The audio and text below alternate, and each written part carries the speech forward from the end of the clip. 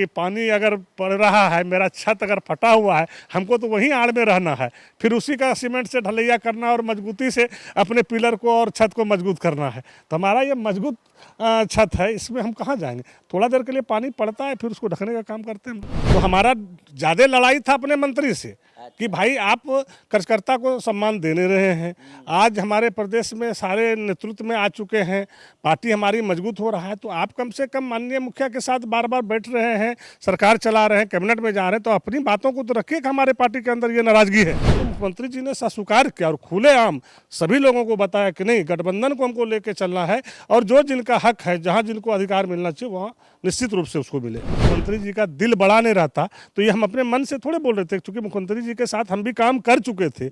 उनके विचारधारा को, उनके सारे चीज़ों को हम अच्छे तरीके से समझ रहे थे, लेकिन हमको लगा कि ये कहीं ना कहीं गैपिंग है, इसलिए कि हमारा सिक्योरिटी लेना नहीं लेना अब सरकार को नॉलेज में है कि नहीं है। हम सिक्योरिटी का वार्ता नहीं करने गए थे, हमने सीधा सीधी बात अपने जो राष्ट्रीय जनता दल का जो तमाम कार्यकर्ता का जो मांग था, उस बातों को हम रखने गए थे। राजनीति बहुत ही दिलचस्प चीज होता है। जब नेता हाँ बोलते हैं तो हमेशा हाँ का मतलब हाँ नहीं होता, कभी कदाल ना भी होता है, और ना कब हाँ हो जाता है ये आम आदमी के पल्ले नहीं पड़ता। कुछ दिन पहले आपको दिखा होगा कि आरजेडी प्रदेश कार्यालय में वहाँ के तमाम नेता सरकार को चेतावनी दे रहे थे, और आज एक तस्वीर आई है मेरे पास जहाँ पे ये लोग जाके हेमंत सोरेन से गलबैयाँ कर रहे हैं। ये तस्वीर सार्वजनिक होने से पहले आप देख लीजिए इसमें कौन कौन से आदमी हैं और उस प्रेस कॉन्फ्रेंस में क्या थे। हमारे साथ संजय यादव जी फिर से जुड़ गए हैं। उधर हल्ला करते हैं, इधर जाके मुख्यमंत्री से गला मिल लेते हैं। क्या है पॉलिटिक्स? देखिए, हल्ला तो अधिकार का होता ही है, घर में लड़ाई नहीं होता। घर में भी लड़ाई होता है, और निश्चित रूप से जिसको भूख लगता है तो हल्ला करता ही है, और ये तो अधिकार की बात है। जहाँ हमारा अधिकार की बात था, हमने अधिकार के लिए लड़ाई लड़े। तो हो सकता है बहुत सारा चीज़ जो है लोगों को संज्ञान में नहीं रहता है, वहाँ तक नहीं पहुँच पाता है, लेकिन गार्जियन के पास जब पहुँचता है तो निश्चित रूप से उसका विचार सबके लिए समान है। कल तक निरंकुश थे, आज गार्जियन हो गए। कल तक आपका हक था, आज भूख है, तो भूख मिटाएं। कुछ बोले ऐसा हेमंत जी? गार्जियन कुछ ऐसा आश्वासन दिए, चाहे कुछ कर दिए जिससे भूख मिटा आरजेडी का? हमने कहा ना कि अधिकार की बात है, जो हमारा हक है। हम लोग जो है अलायंस पार्टनर थे, तो अलायंस पार्टनर के तहत जो हमारा अधिकार था उससे हम लोग वंचित रह रहे थे। और सही कुछ बातें भी था कि हमारा प्रदेश अध्यक्ष नहीं था, कार्यकारी था, और उस सिचुएशन में हमारे एक माननीय मंत्री थे। मंत्री जी भी को समझ में नहीं आ रहा था, जब भी मीटिंग हो जा रहे थे वो मीटिंग में अचानक जाते थे, लेकिन उनको संगठन से जोड़ना चाहिए, संगठन को देना चाहिए जवाबदेही। जो बीच में गैपिंग था, और वो गैपिंग जो हम लोगों ने प्रेस के माध्यम से जो बताए, चूँकि वहाँ तक नहीं मौका मिल रहा था, जो हमारा संदेश पहुँचाने वाला मंत्री जी थे वो काफ़ी कार्यक्रम में भी व्यस्त थे, अपनी बातों को नहीं रख पा रहे थे। तो निश्चित रूप से जब माननीय मुख्यमंत्री जी के पास गया और माननीय मंत्री ने बताने का काम किया कि नहीं, हमारे दल के लोग नाराज़ हैं, प्रदेश में हमारा प्रदेश अध्यक्ष बन गए हैं, तो निश्चित रूप से संसदीय बोर्ड के अध्यक्ष बन गए सुरेश जी, फिर हम हो गए प्रधान महासचिव। तो सवाल तो उठता है ना, क्योंकि कार्यकर्ता भी हम ही लोग से डिमांड करता है, क्योंकि हम एक दल के शीर्ष लीडर के रूप में हैं। तो कार्यकर्ता जो डिमांड रखेगा और हम देखेंगे जायज़ डिमांड है, तो हम तो राज्य के मुखिया से कहेंगे कि चूँकि अलायंस पार्टनर है, हमारा जो अधिकार है हमको मिलना चाहिए। यही आप जो बोल रहे हैं कि गैप हो गया था, यही गैप खत्म करने के लिए कोऑर्डिनेशन कमेटी बना, उसमें भी तो आपका संगठन आधारित है।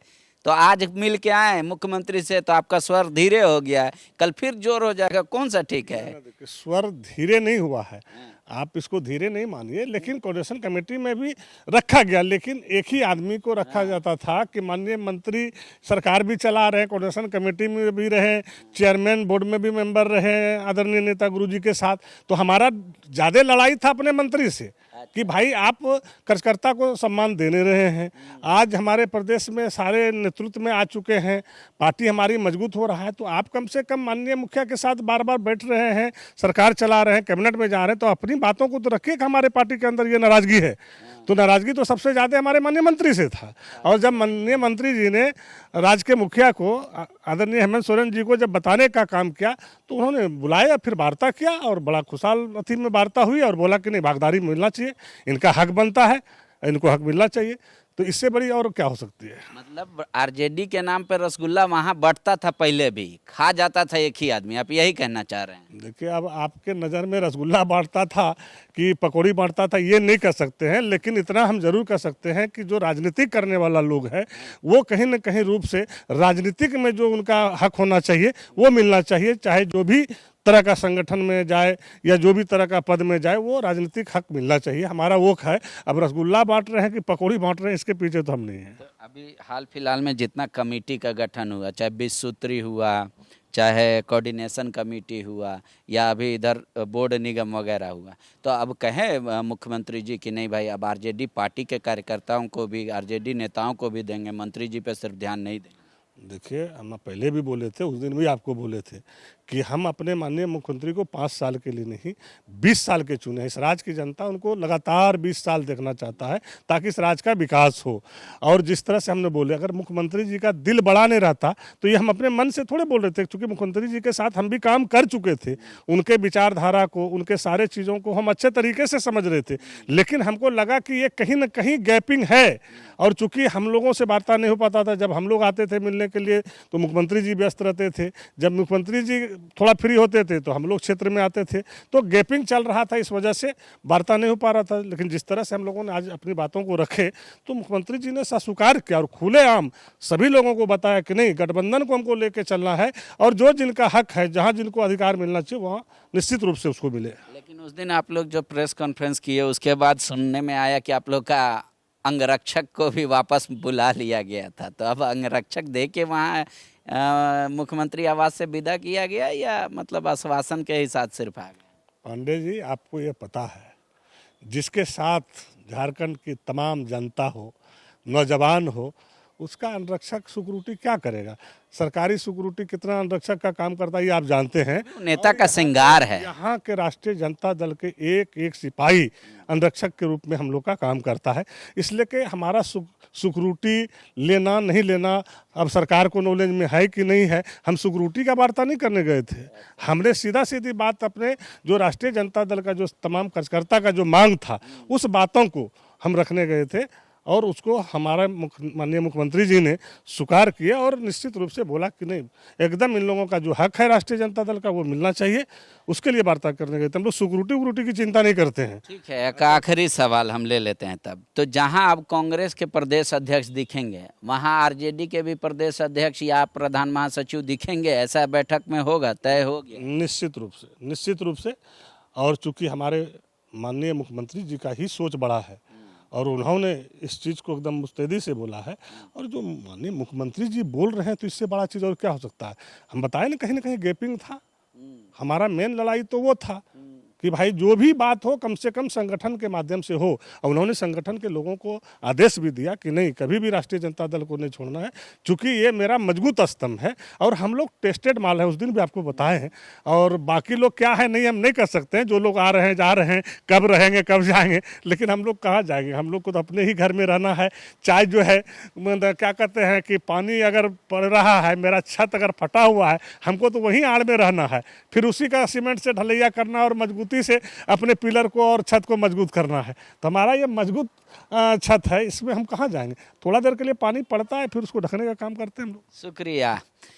इतनी 3 सालों की नाराजगी मुख्यमंत्री के एक बैठक से दूर हो गई। आरजेडी आज संतुष्ट दिख रहा है, कह रहा है कि मुख्यमंत्री ने आश्वासन दिया है कि अब हर बैठक में आरजेडी पार्टी के मंत्री को नहीं, आरजेडी पार्टी के भी लोगों को तरजीह मिलेगी, और अब आरजेडी को भी लगेगा कि हाँ, जो सरकार चल रही है तीसरा चक्का भी सेम बराबर है साइज में, कहीं छोटा बड़ा रूप से नहीं देखा जाएगा। 3 साल में मुख्यमंत्री का एक आश्वासन या एक एथी से 3 साल का गुस्सा आरजेडी का खत्म हो गया। आगे आगे देखिए अब कि वाकई में जो आज आश्वासन मिला है वो पूरा होगा, या फिर एक बार आरजेडी प्रेस कॉन्फ्रेंस करने को मजबूर होगी। शुक्रिया। बायोम ने दिए हैं नीट 2022 के Jharkhand toppers. Class 8, 9, 10, 11th and 12th के स्टूडेंट्स के लिए आ गया है बायोम टैलेंट रिवॉर्ड एग्जामिनेशन, जहां उड़ान एडमिशन स्कॉलरशिप में पाएं up to 1.25 crore discount and up to 100% scholarship in classroom programme along with cash prize and reward. Biome, Hinoo एवं नगरा टोली, रांची। विवेकानंद विद्या मंदिर स्कूल, एक CBSE affiliated English medium coed school है। हम शिक्षा के साथ संस्कार देते हैं। The followup.in. Like, share, and subscribe. www